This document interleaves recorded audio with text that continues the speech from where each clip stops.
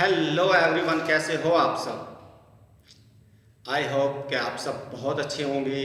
और अगर आप अच्छे नहीं हो तो मैं दुआ करता हूं कि आप लोग बहुत जल्द अच्छे हो जाएं। मेरा नाम योगेंद्र कुमार और मैं बात कर रहा हूं नेशनल बिजनेस एजुकेशन सेंटर के बिहाफ पे। चलिए, आज मैं आपके सामने जो फ्रेमवर्क्स लेके आया हूं वो फ्रेमवर्क काफ़ी क्रिटिकल है। और उसमें जो आप सीखोगे वो सीखोगे प्रोडक्ट और सर्विस की पोजीशनिंग कैसे करें। क्योंकि देखो, आप जो भी प्रोडक्ट या जो भी सर्विसेज मार्केट में लेके आ रहे हो उसको अगर आपने पोजीशनिंग सही से नहीं किया, उसको पोजीशन सही से नहीं किया, तो आपको लॉसेस भी हो सकते हैं। और हो सकता है कि आप जिस तरीके का अजप्शंस लेके चल रहे हो, जिस तरह के आपके अंदर चीज़ें चल रही है वो उस तरीके से एग्जीक्यूट ना हो। तो इसलिए यहाँ पे बहुत क्रिटिकल फ्रेमवर्क लेके आया हूँ मैं। इसमें आपको पॉइंट टू पॉइंट एक एक चीज़ बहुत बारीकी से और बहुत अच्छे से समझाई जाएगी कि जब भी आप कोई नया प्रोडक्ट, नई सर्विसेज या अपना कोई नया स्टार्टअप करने वाले होते हो, है ना, और मार्केट में इन चीज़ों को लेके आते हो, लाइक आप किसी प्रोडक्ट को लेके आए, किसी सर्विस को लेके आए या किसी सॉल्यूशन को लेके आए। जब आप मार्केट में इनको लेके आते हो तो यहाँ पे सबसे ज़्यादा क्रिटिकल पॉइंट्स होता है कि पोजीशन कैसे किया जाए, इसको कहाँ पे पोजीशन करूँ, मैं किस तरीके से पोजीशन करूँ ताकि लोगों के मन पे, लोगों के दिलो दिमाग पे मेरा ये प्रोडक्ट एक सही जगह, एक थोड़ी सी जगह बना पाए लोगों के दिलो दिमाग पे। तो पोजीशनिंग बहुत बड़ी चीज़ होती है, लेकिन उससे भी पहले कुछ क्रिटिकल चीज़ों पे, कुछ क्रिटिकल टॉपिक्स पे हम बात करेंगे। तो ज़्यादा टाइम ना लेते हुए शुरू करते हैं आज के अपने इस शानदार सेशन को, जिसका नाम है कि आप अपने प्रोडक्ट या अपनी सर्विसेज को पोजीशन कैसे करें। चलिए, मेरे यहाँ पे आपको फ्रेमवर्क दिख रहा होगा। तो सबसे पहले हम पहले उसमें चलते हैं, पहले पॉइंट पे। पहला पॉइंट क्या बोल रहा है, what is your customer problem. देखो, सबसे पहले अगर आप कोई प्रोडक्ट या सर्विस इनोवेट करने वाले हो, लॉन्च करने वाले हो या बनाने वाले हो या क्रिएटिव कर रहे हो, तो आपको फर्स्ट ऑफ ऑल सिर्फ दो चीज़ों की क्लैरिटी होनी बहुत ज़्यादा ज़रूरी है। अगर आपको इन दो चीज़ों की क्लैरिटी है तो डेफिनेटली आप एक शानदार प्रोडक्ट और शानदार सर्विस बना पाएंगे अपने कस्टमर्स के लिए। और अगर आप इन दो चीज़ों को समझ गए तो डेफिनेटली आप 85% अपने स्टार्टअप को सही डायरेक्शन में लेके जा सकते हो। लेकिन इन दो चीज़ों को समझना बहुत ज़्यादा ज़रूरी होता है। पहला जो पॉइंट है, पहला पॉइंट होता है कस्टमर प्रॉब्लम्स।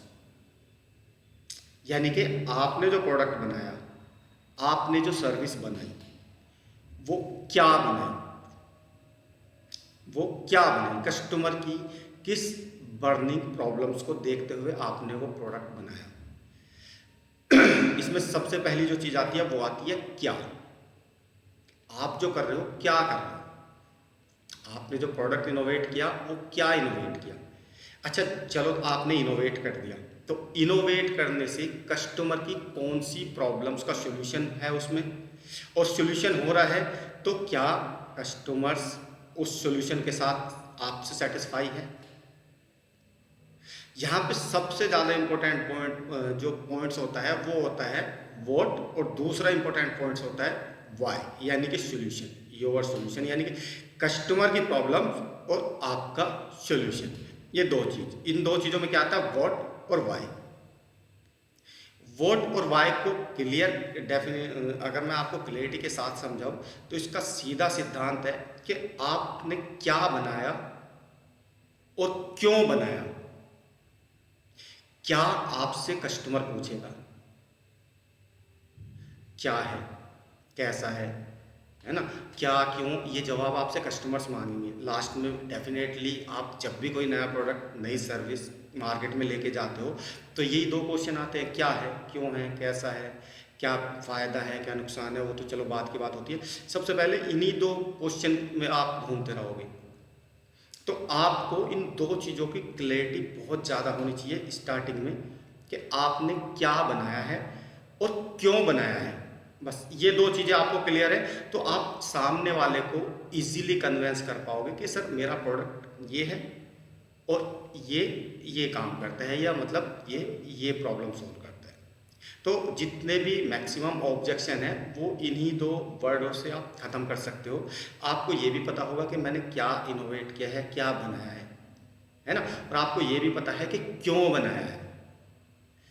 सामने वाले कस्टमर्स को आप बिल्कुल अच्छे से क्लियर कर पाओगे कि मेरा प्रोडक्ट क्या है और ये क्यों है। तो ये 2 चीज़ें बहुत ज़्यादा इंपॉर्टेंट होती है जब भी आप कुछ नया इनोवेट करने वाले होते हो, कुछ नया बनाने वाले होते हो, कुछ नया स्टार्टअप शुरू करने वाले होते हो, तो भी ये 2 क्वेश्चन अपने माइंड में लेके चलना। आप क्या करने वाले हो और क्यों करने वाले हो, ठीक है। इससे 85% तक जो ऑब्जेक्शन कस्टमर्स के होंगे अगर आपको इन क्वेश्चंस के आंसर पता लग चुके हैं आपको, तो डेफिनेटली आप कस्टमर्स के 85% ऑब्जेक्शन अपने आप किल कर दोगे। लेकिन अगर आपको इन दोनों चीज़ों का नहीं पता होगा तो डेफिनेटली आप ऑब्जेक्शन तो बहुत दूर की बात है, आप उसको कन्वेंस भी नहीं कर पाओगे। आप तभी उसको कन्वेंस कर पाओगे जब ये 2 चीज़ें आपको क्लियर होगी, और इजीली कन्वेंस कर पाओगे, क्योंकि आपको ये भी पता है कि मेरा प्रोडक्ट क्या है और क्यों है। क्या से क्या निकल के आएगा, कस्टमर की प्रॉब्लम, और क्यों से निकल के आएगा उसका सॉल्यूशन, क्योंकि क्यों में सॉल्यूशन होता है, ठीक है। अब हम नेक्स्ट चलते हैं। जब भी कोई नया स्टार्टअप आप शुरू करते हो उसमें 4 क्वाड्रेंट होते हैं। आपने जो भी प्रोडक्ट बनाया, जो भी सर्विस बनाई, जो भी सॉल्यूशन बनाया, उसमें इन 4 क्वाड्रेंट में देखो कि भाई आपने किस मार्केट में घुसने का प्रयास किया है, किस मार्केट में जाने का प्रयास किया है। नंबर वन होता है अवसरवादी बाजार, यानी कि यहाँ पे अपॉर्चुनिटीज मार्केट बोलते हैं इसको, कि भाई यहाँ पे अपॉर्चुनिटी होती है आपकी। अपॉर्चुनिटी मतलब जैसे विद एग्जांपल आप नॉर्मली जो हमारे इधर एरिया में या जहाँ पे भी बाज़ार लगते हैं, वहाँ पे कुछ ऐसे बाज़ार होते हैं जहाँ पे एक अवसर मिल जाता है आपको। मान लो, जैसे एक सिंपल एग्जांपल के साथ समझूंगा, बिल्कुल सिंपल। जैसे मान लो आप कहीं मार्केट में गए और वहाँ पे टी शर्ट का दाम उन्होंने 50 रुपये किया हुआ है, 50 रुपीज़, कि भाई 50 रुपये में आप छाँट सकते हो एक T shirt 50। Normally T shirt कितने की आती है, 500-600 की, लेकिन वहाँ पे ओनली 50 रुपये की।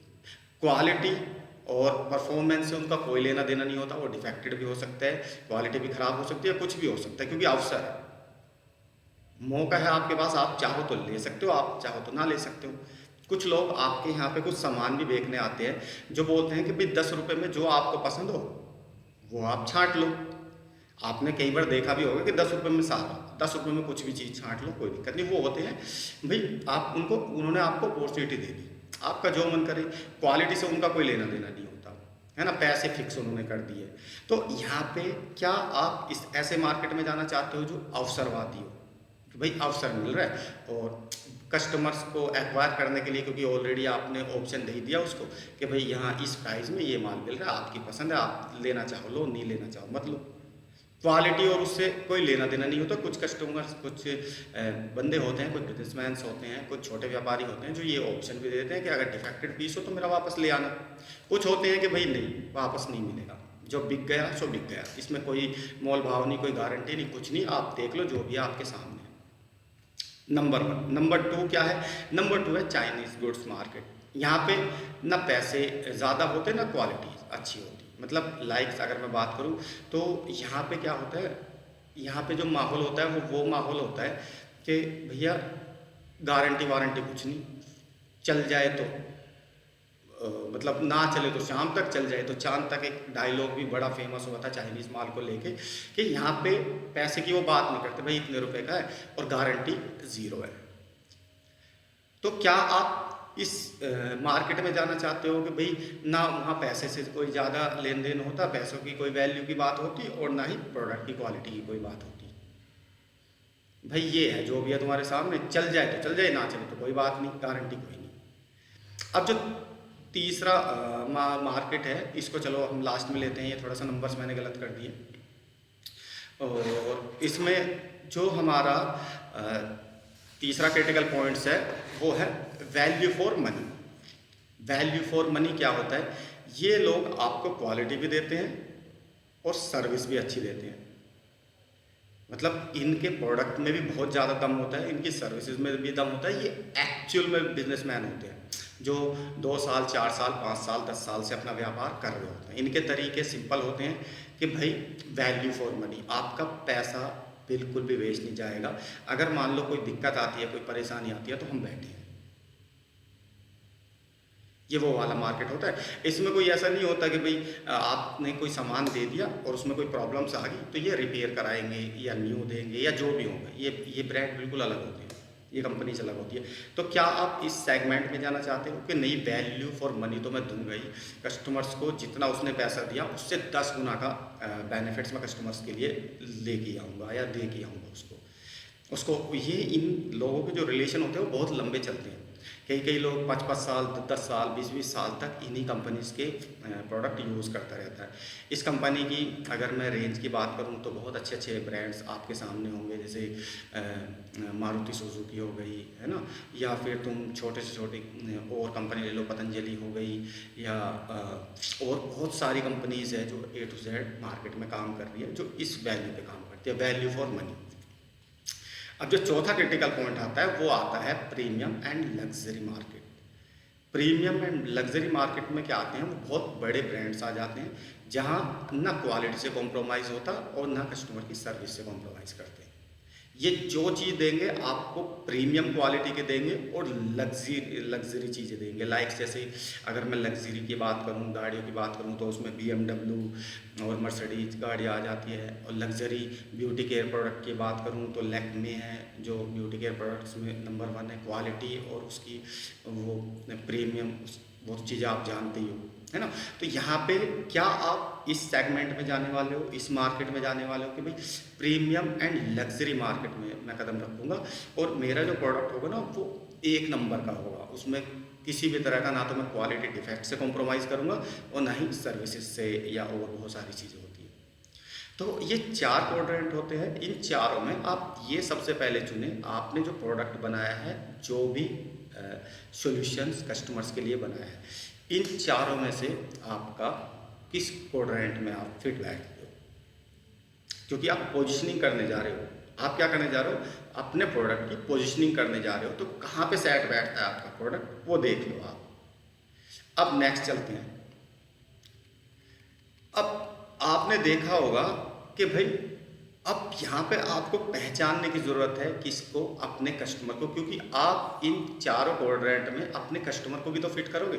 अब मान लो कोई आपका प्रोडक्ट तो प्रीमियम एंड लग्जरी क्वालिटी का है, बहुत शानदार प्रोडक्ट है। अब आप उसको कोई नॉर्मल बंदा तो खरीदेगा नहीं। मान लो किसी बंदे की जो वो है वर्थ है वो 100 रुपये का सामान लेने की है और आपके प्रोडक्ट की वैल्यू 1000 रुपये, तो वो 1000 रुपये का तो सामान लेगा नहीं आपसे। तो यहाँ पे भी आपको अब ध्यान रखना है 2 क्रिटिकल चीज़ों का कि what is your ideal customers. क्योंकि अगर आपको अपने आइडल कस्टमर्स का पता होगा तभी आप इन चारों ऑप्शंस में से जिसमें भी उसको फिट बैठाना चाहो उसमें फिट बैठा सकते हो। आपको उसका ये भी पता होगा वो किस बैकग्राउंड का है, किस एज का है, वो मेल है, वो फीमेल है, वो कहाँ से आएगा, वो गांव से होगा या शहर से होगा, है ना, Tier 1 Tier 2 Tier 3 सिटी से होगा, या फिर जो भी होगा वो आपको पता होगा, क्योंकि ये 4 क्वाड्रेंट उसी हिसाब से बनाए हुए हैं।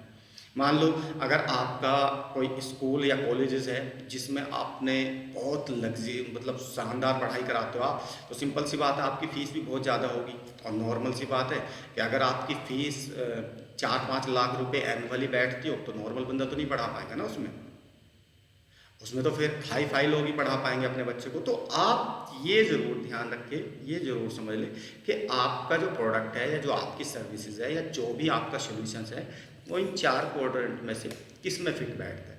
अब उसी हिसाब से आपको अपने कस्टमर को चूज़ करना है।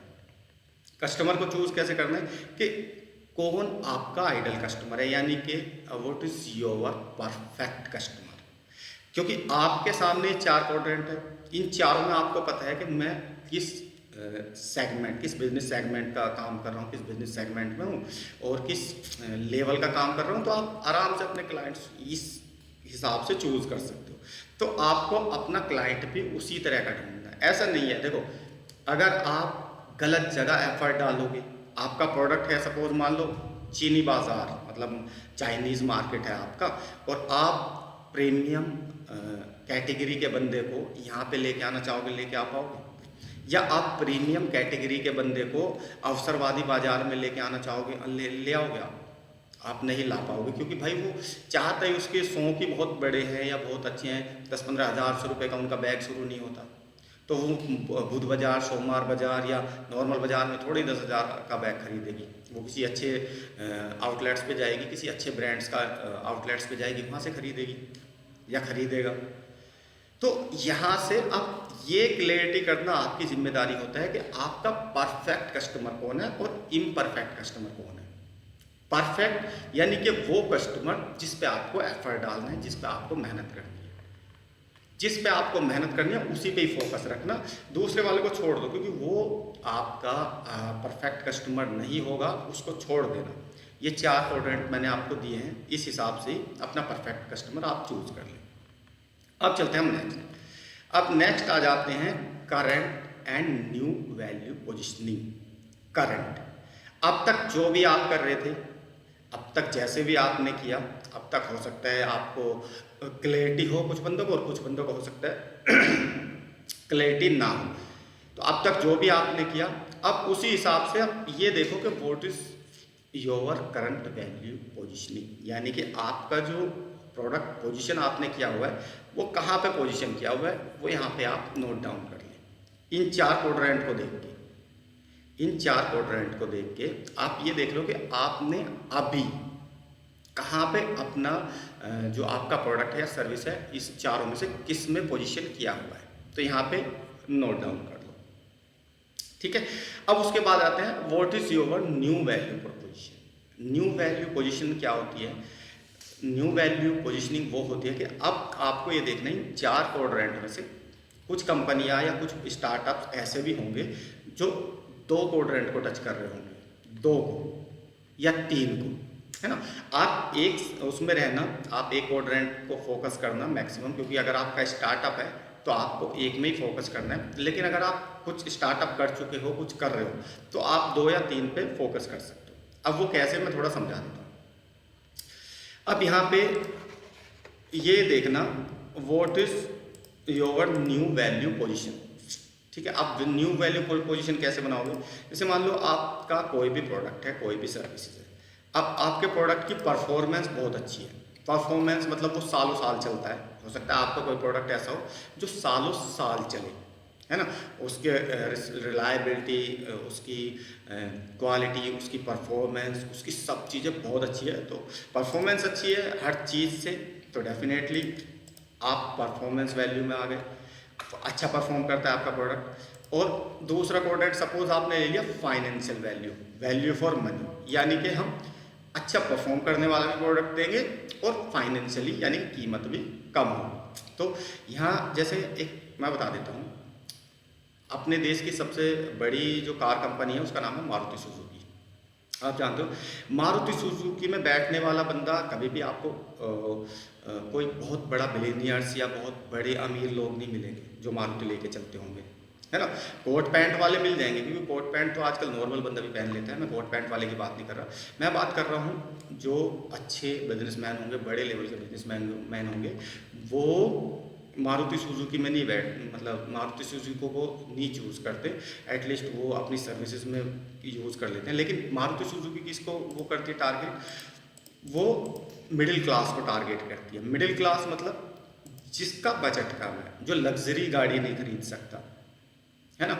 अब यहाँ पे उसकी फाइनेंशियल हेल्प कर दी उसने, क्योंकि भाई मिडिल क्लास बंदा 6-7 लाख रुपए में एक नॉर्मल सी गाड़ी खरीद लेता है और आराम से उसमें कार का मजा लेता है। तो यहाँ पे मारुति सुजुकी ने 2 क्वाड्रेंट में काम किया। नंबर 1 फाइनेंशियल वैल्यू दी, फाइनेंशियल कम कॉस्ट की गाड़ी दी, और दूसरा परफॉर्मेंस बहुत अच्छी थी। परफॉर्मेंस मतलब गाड़ी 3-4 लाख 5 लाख तक उसके इंजन में कुछ होता ही नहीं। आप एक बार ले लो, सर्विस कराते रहो और चलते रहो 5 लाख तक। यानी कि उसने दोनों चीज़ें दे दी, फाइनेंशियल वैल्यू भी दे दी आपको, वैल्यू फॉर मनी भी दे दी, और दूसरा परफॉर्मेंस, यानी कि परफॉर्मेंस इतनी ज़बरदस्त है कि 5 लाख किलोमीटर चलने से पहले तो इसमें कुछ हो गई मौज लो। ठीक है, तो इसने 2 क्वाड्रेंट को चूज़ किया। ऐसे ही बहुत सारे ब्रांड्स हैं जो रिलेशनल रिलेशनल मतलब कुछ अच्छे रिलेशन बना लेते हैं, है ना, इमोशनल टच कर लेते हैं। तो आपको ये देखना है कि न्यू जो आपकी वैल्यू पोजीशन होंगी, जो भी आपकी पोजीशनिंग आप प्रोडक्ट को करने वाले हो, तो इसमें से आप किस क्वाड्रेंट में और क्या देने वाले हो वो थोड़ा सा ध्यान रखना, क्योंकि एटलीस्ट इस पे अगर मैं कंप्लीटली एक पूरा चैप्टर बनाऊँ तो उसमें हो सकता है आपको बहुत अच्छे से क्लैरिटी मिल जाए, लेकिन आपकी समझ में आ गया होगा कि मैं कहना क्या चाह रहा हूँ। और अगर किसी बच्चे की समझ में नहीं आया हो तो वो यूट्यूब पे मुझको कमेंट्स लिख दे कि इस चीज़ को मुझे थोड़ा दोबारा समझा दे, तो मैं दोबारा उसको थोड़ा सा और अच्छे से समझा सकता हूँ, कोई दिक्कत नहीं। अब चलते हैं हम नेक्स्ट। इसमें अब होगा क्या, थोड़ा सा यहाँ पे आपको थोड़ी सी एफर्ट करने पड़ेंगे, क्योंकि आपका स्टार्टअप आप शुरू करने जा रहे हो या शुरू कर चुके हो, तो यहाँ पे थोड़े से एफर्ट्स आपको डालने पड़ेंगे, थोड़ी सी मेहनत करनी पड़ेगी। अब मेहनत क्या करनी पड़ेगी, मेहनत करनी पड़ेगी, वो 10 changes are needed in your action plan before moving to a new value positioning. आपको क्या करना है, आपको 10 ऐसे चेंजेस नोट करने हैं जो आपको मूव करने में, यानी कि जो न्यू पोजिशनिंग होगी, न्यू पोजिशनिंग जो भी होगी आपके प्रोडक्ट की, आपकी हेल्प करे। ये 10 नोट बनाने होंगे। अब इसमें एक चीज़ की गलती मत कर देना, अगर आप पोजीशनिंग कर चुके हो ऑलरेडी, आपकी पोजीशनिंग हो चुकी है, आप बिजनेस कर रहे हो, अब आप सोचो कि नहीं मैं तो अपने प्रोडक्ट को उठा के लग्जरी एंड प्रीमियम में फिट कर दूँ, तो आप गलती कर जाओगे लग्जरी, और उसके लिए आपको दूसरा ब्रांड के साथ जाना पड़ेगा, दूसरे ब्रांड नेम के साथ जाना पड़ेगा, क्योंकि उसी प्रोडक्ट को आप प्रीमियम में नहीं ले जा सकते। जो एक चीज़ मैं आपको बताता हूँ विद एग्जांपल, आप हो और आप एक नॉर्मल किसी भी मार्केट में, जैसे मान लो हमारे यहाँ पे छोटे छोटे टियर 1 टियर 2 सिटी होते हैं, वहाँ पे आपकी कपड़ों की दुकान है ना, और वहाँ पे आपकी टी शर्ट की रेंज में 600 तक है, 600 तक का रेंज है।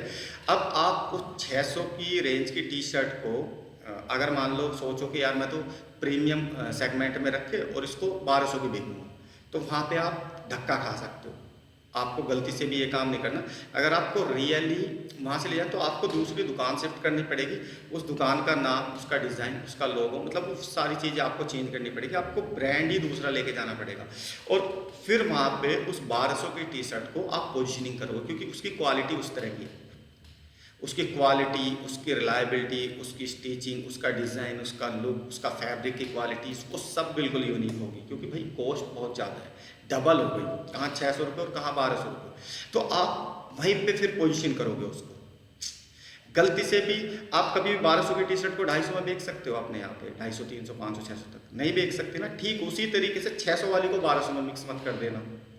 पोजीशनिंग गलत हुई, सारा बेड़ा गर्क हो जाएगा, सारे करीब लागत मैं मिट्टी में मिल जाएगी, उससे कोई फ़ायदा नहीं होगा। अगर आपने ये चीटिंग कर भी दी, विद एग्जांपल आपने 2-4 बंदों को टोपी पहना भी दी, उनको उल्लू बना भी दिया, तो उससे आपका भला नहीं होना, और क्लाइंट्स को समझ में आ जाएगा कि यार बस पूछो, नकली माल दे दिया, बेकार दे दिया, थर्ड पार्टी दे दिया। हो सकता है कुछ बंदों को परख ना हो, आपको ये लगे कि यार लोगों को इतना नहीं पता होता है, हो सकता है कुछ लोगों को परख ना हो, लेकिन ऐसा तो नहीं है कि सबको परख ना हो। बहुत लोग ऐसे मिल जाएंगे जो 1 सेकंड में देख के फैब्रिक को बता देते हैं कि किस क्वालिटी का है, किस प्राइस का है ना। तो समझना मेरी बात को, पोजीशनिंग अगर आपको अच्छे ब्रांड्स पे जाना है, अपने ब्रांड्स को अच्छे लेवल पे लेके जाना है, तो आप क्या कर सकते हो, आप उसी सेगमेंट में जा सकते हो जो मैंने 4 क्वाड्रेंट बताए, उसमें फिट करने के लिए फिर आपको चीज़ें चेंज करनी होगी, ठीक है। तो अब आपको यहाँ क्या करना है, 10 चेंजेस नीडेड, आपके एक्शन प्लान में जो भी 10 चेंजेस हो वो आपको नोट डाउन करने, प्लस ये न्यू पोजीशनिंग को करने से पहले, ठीक है। जब आप न्यू पोजीशनिंग करोगे, कोई नया प्रोडक्ट मार्केट में लेके आओगे, नई सेगमेंट लेके आओगे, वो हो सकता है प्रीमियम क्वालिटी का या वैल्यू फॉर मनी हो, है ना, तो सिंपल सी बात है, फिर आपको उसी हिसाब से पोजीशन करना होगा। अब नेक्स्ट चलते हैं हम, नेक्स्ट जो फ्रेमवर्क में दिखाया गया है वो है 10 changes needed in your departmental. Departmental मतलब अगर आप, ये तो हो गए आपके, ठीक है, और यहाँ पे मैं बात कर लेता हूँ, एक क्रिटिकल टॉपिक की। वो क्रिटिकल टॉपिक क्या है, विद एग्जांपल मान लो भाई आप छोटा सा स्टार्टअप हो, आपके यहाँ पे 4-5 डिपार्टमेंट है, ठीक है। तो सबसे पहले तो ये 10 चेंजेस आपने लिख लिए। अब किस डिपार्टमेंट को क्या पोजीशनिंग चेंज करनी है, हो सकता है यहाँ पे जब आप चेंज करो तो उसका इफेक्ट डिपार्टमेंट्स पे भी जाएगा, हो सकता है प्रोडक्शन डिपार्टमेंट पे जाए, हो सकता है आपके क्वालिटी डिपार्टमेंट पे जाए, हो सकता है आपकी सेल्स डिपार्टमेंट पे जाए, बहुत जगह ये जाएगा ना इम्पैक्ट, क्योंकि आपने पोजीशन ही चेंज कर दी। तो जब आप पोजीशन चेंज करोगे तो आपको डिपार्टमेंटल भी ये चीज़ें इंफॉर्मेशन ये चीज़ें देनी होगी, क्योंकि आपके डिपार्टमेंट को नहीं पता होगा कि आप क्या कर रहे हो, तो डेफिनेटली नुकसान आपका हो सकता है। तो ट्रांसपेरेंसी के साथ अपनी टीम के साथ ब्रेनस्टॉर्मिंग कीजिए और डिपार्टमेंट वाइज भी इस चीज़ को शेयर कीजिए। तो ये आज का फ्रेमवर्क था जिसमें मैंने आपको बहुत साधारण तरीके से समझाया कि भाई जब भी आप किसी प्रोडक्ट को किसी सर्विस को पोजीशन करो तो ये चीज़ें आप पहले नोट डाउन रखो, अपनी समझ में रखो कि इन चारों क्वाड्रेंट में से किस में आपका प्रोडक्ट फिट बैठ रहा है, आपको सोल्यूशन या आपकी सर्विसेज फिट बैठ रही है, और कस्टमर आपका परफेक्ट कस्टमर कौन है। ठीक है, व्हाट वाई मैंने आपको क्लियर करा ही दिया, क्योंकि ऑलरेडी यही बेस होता है किसी भी स्टार्टअप का। कस्टमर्स की बर्निंग प्रॉब्लम सबसे पहले आती है, उसके बाद सॉल्यूशन आता है, उसके बाद प्रोडक्ट आता है, और उसके बाद आती है पोजीशनिंग। बिजनेस जो होता है वो हमेशा सीरियल से चलेगा। सबसे पहले क्या आएगा, सबसे पहले प्रॉब्लम्स आएगी, उसके बाद सॉल्यूशन आएगा, सॉल्यूशन के बाद क्या आएगा, प्रोडक्ट। भाई आपको पता है ना क्या है, क्यों बना रहा हूँ मैं, क्या बना रहा हूँ, क्यों बना रहा हूँ, ये तो आपको पता है। तो उसके बाद जब आपको ये दो क्लैरिटी होगी तो आप प्रोडक्ट बनाओगे। अब जब प्रोडक्ट बनेगा तो आपको उसको पोजीशन करना है। पोजीशन कहाँ करना है, इन चार क्वाड्रेंट में से, जिसमें भी जिस कैटेगरी का भी आपका प्रोडक्ट।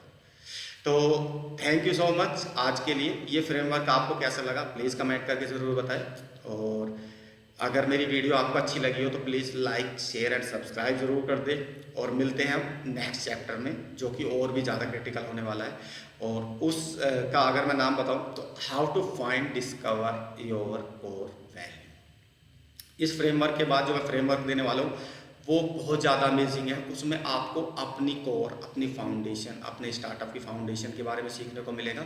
और उसमें जो क्रिटिकल चीज़ें मिलेगी वो ये मिलेगी कि जो बड़ी बड़ी कंपनीज़ हैं, जो बड़े बड़े ब्रांड्स हैं, उनकी कोर वैल्यू क्या होती है। और जब उनकी कोर वैल्यू का पता लगेगा तो आप अपनी भी कोर वैल्यू बना पाओगे, अपनी भी एक सॉलिड फाउंडेशन बना पाओगे। तो बात करते हैं नेक्स्ट फ्रेमवर्क पे। तो आज के लिए इतना ही। अगर मेरी वीडियो आपको अच्छी लगी हो तो please like share and subscribe जरूर कर देना, और मिलते हैं अपने नेक्स्ट फ्रेमवर्क में। तो थैंक यू सो मच।